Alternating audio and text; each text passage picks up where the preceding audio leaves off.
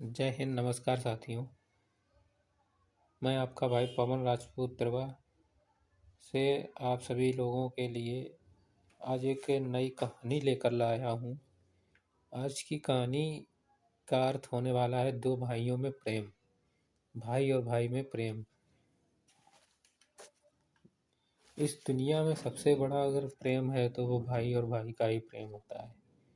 आइए देखते हैं आज की इस मतलबी दुनिया में एक भाई दूसरे भाई के लिए कितना भी कुछ भी करे, लेकिन लोग अपने समय आने पर भूल जाते हैं। भाई भाइयों में इतना विवाद हो जाता है, इतनी गहरी दुश्मनी हो जाती है कि भाई एक दूसरे को देखना भी पसंद नहीं करते हैं। लेकिन ऐसे भी कई भाई हैं जो एक दूसरे के लिए अपनी जान तक देने के लिए तैयार रहते हैं और हमेशा एक दूसरे के लिए कुछ ना कुछ करते ही रहते हैं। आइए, ऐसी एक कहानी है। आशा करता हूँ कि ये कहानी आप सभी लोगों को बहुत पसंद आएगी। अगर पसंद आए तो कृपया करके मेरे इस चैनल को सब्सक्राइब कर दीजिए और अपने मित्रों, दोस्तों और रिश्तेदारों में इसे शेयर ज़रूर करें। आइए शुरू करते हैं। कह रहा है एक छोटा भाई अपने बड़े भाई से कह रहा है कि भैया परसों नए मकान पे हवन है। यानी कहने का अर्थ यह है कि एक छोटे भाई ने मकान खरीदा है और वो अपने बड़े भाई को सूचित कर रहा है कि परसों नए मकान पर हवन है। क्योंकि हिंदू धर्म में जब कोई नया मकान खरीदा जाता है, बनाया जाता है, तो उसमें गृह प्रवेश होता है। गृह प्रवेश करने पर वहाँ हवन पूजा रखी जाती है।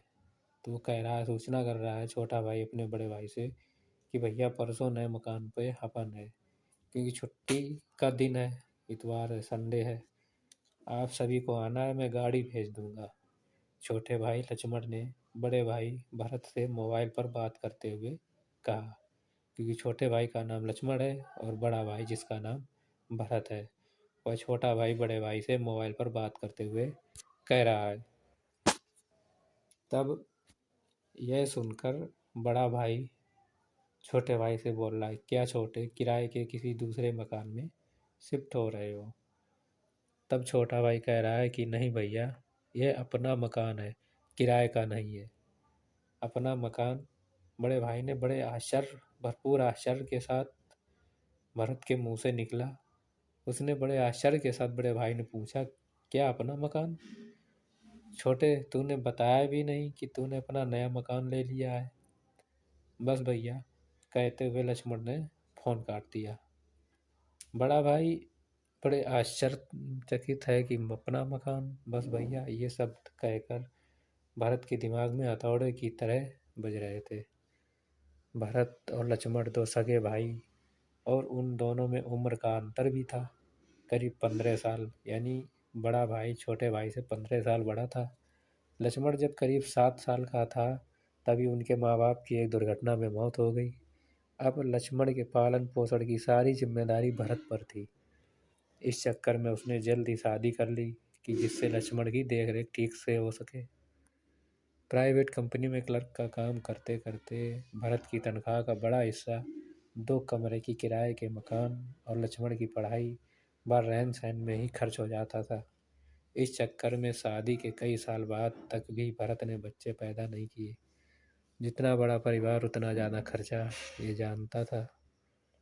पढ़ाई पूरी होते ही लक्ष्मण की नौकरी एक अच्छी कंपनी में लग गई और फिर जल्द शादी भी हो गई। बड़े भाई के साथ रहने की जगह कम पड़ने के कारण उसने एक दूसरा किराए का मकान ले लिया। वैसे भी अब भरत के पास भी 2 बच्चे थे, लड़की बड़ी और लड़का छोटा था। मकान लेने की बात जब भरत ने अपनी बीवी को बताई, यानी बड़े भाई ने अपनी पत्नी को जब बात बताई, तो उसकी आंखों में आंसू आ गए। वह बोली, देवर जी के लिए हमने क्या नहीं किया। कभी अपने बच्चों को बढ़िया नहीं पहनाया, कभी घर में महंगी सब्जी या महंगे फल नहीं आए। दुख इस बात का नहीं कि उन्होंने अपना मकान ले लिया, दुख इस बात का है कि ये बात उन्होंने हमसे छिपा के रखी, क्योंकि उन्होंने अपनी बात बताई नहीं। इतवार की सुबह लक्ष्मण द्वारा भेजी गई गाड़ी भरत के परिवार को लेकर एक सुंदर से मकान के आगे खड़ी हो गई। यानी जिस दिन मकान का हवन पूजन होना था उस दिन छोटे भाई ने बड़े भाई के लिए एक गाड़ी भेजी, और उस गाड़ी में बड़े भाई का पूरा परिवार उस लेकर एक सुंदर से मकान के आगे खड़ी हो गई गाड़ी। जब तो मकान को देखकर भरत के मन में एक हुक सी उठी। मकान बाहर से जितना सुंदर था, अंदर उससे भी ज़्यादा सुंदर लग रहा था। हर तरह की सुख सुविधा का पूरा इंतजाम भी था। उस मकान के दो एक जैसे हिस्से देखकर भरत के मन ही मन कहा, देखो छोटे को अपने दोनों लड़कों की कितनी चिंता है। दोनों के लिए अभी से एक जैसे दो हिस्से तैयार कराए हैं। पूरा मकान 1.25 करोड़ रुपयों से कम नहीं होगा। और एक मैं हूँ जिसके पास जवान बेटी की शादी के लिए 1 लाख 2 लाख रुपयों का इंतजाम भी नहीं है। मकान देखते समय भरत की आंखों में आंसू थे, जिन्हें उन्होंने बड़ी मुश्किल से बाहर आने से रोका। लक्ष्मण के दोस्तों ने कहा, पंडित जी तुम्हें बुला रहे हैं। जब हवन का समय हो रहा था तो लक्ष्मण जो छोटा भाई था, उसके दोस्त लक्ष्मण से कह रहे थे कि पंडित जी तुम्हें बुला रहे हैं पूजा में बैठने के लिए। यह सुन लक्ष्मण बोले, इस मकान का स्वामी मैं अकेला नहीं, मेरे बड़े भाई भरत भी हैं। आज मैं जो भी हूँ सिर्फ और सिर्फ इनकी बदौलत। इस मकान के दो हिस्से हैं, एक उनका और एक मेरा। ये छोटे भाई ने जवाब दिया अपने दोस्तों को। हवन कुंड के सामने बैठते समय लक्ष्मण ने भरत के कान में फुसफुसाते हुए कहा, छोटे भाई ने बड़े भाई के कान में कहा, भैया बिटिया की शादी की चिंता बिल्कुल ना करना, उसकी शादी हम दोनों मिलकर करेंगे। वाह, आज के युग में ऐसे भाइयों का मिलना बड़ा दुर्लभ है। पूरे हवन के दौरान भरत अपनी आंखों से बहते पानी को पोंछ रहे थे।